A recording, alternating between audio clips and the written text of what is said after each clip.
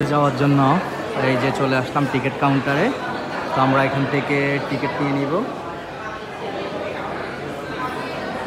এই যে ticket Malaysian 18 টাকা করে, 18 RM করে পার টিকিট। সো আমরা টিকিট কালেক্ট করার জন্য যে জহুরুল ভাই, উনি হচ্ছে যে আমাদের গাইডলাইন ম্যান। তো উনি যে টিকিট নিয়ে নিচ্ছে আমাদের জন্য।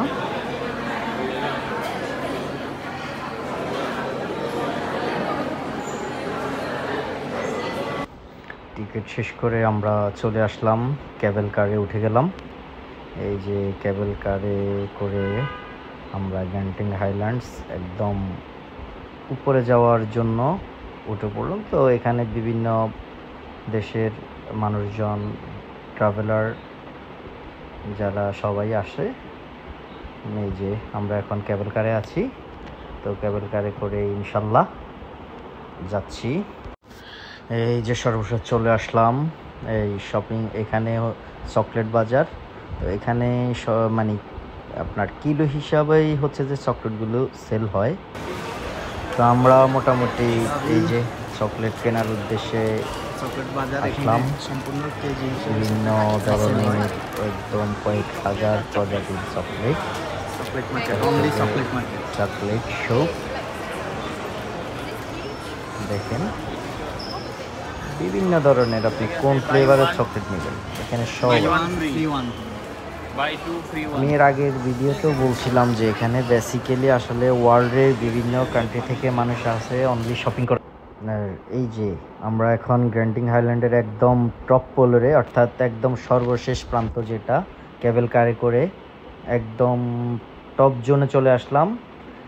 এই যে দেখেন এখানে ওয়ার্ল্ডের একদম যত ব্র্যান্ড শোরুম আছে সব হচ্ছে যে এখানে আপনি পাবেন। ওয়ার্ল্ডের যত ধরনের, যত ক্লাসি ব্র্যান্ড, একদম আপনার নাম করা যত ব্র্যান্ড আছে সব আমি চেষ্টা করতেছি আপনাদেরকে একদম ক্লিয়ারলি দেখানোর জন্য। পুরো শপিং মলটা এটা খুবই এক্সপেন্সিভ। এখানে আসলে আপনার খুবই এক্সপেন্সিভ।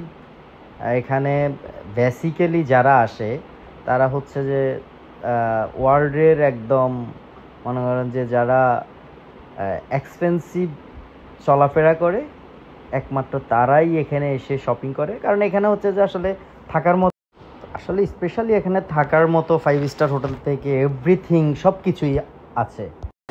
গ্যান্টিং হাইল্যান্ডের পার্ট 2-তে এই যে দেখেন নিচে গেমিং, এই দিকটাতে হচ্ছে যে গেমিং জোন থেকে শুরু করে এভরিথিং সব কিছুই আছে। এই যে টোটাল এই যে এই সাইডটা হচ্ছে যে টোটাল গেমিং জোন। এখানে বিভিন্ন ধরনের গেমিং জোন আছে ওভারঅল। তারপর হচ্ছে যে এই যে এই দিকটাতে আছে। মোটামুটি সবাই সবার মতো করে ঘুরতেছে, আমরাও ঘোরার চেষ্টা করতেছি। এই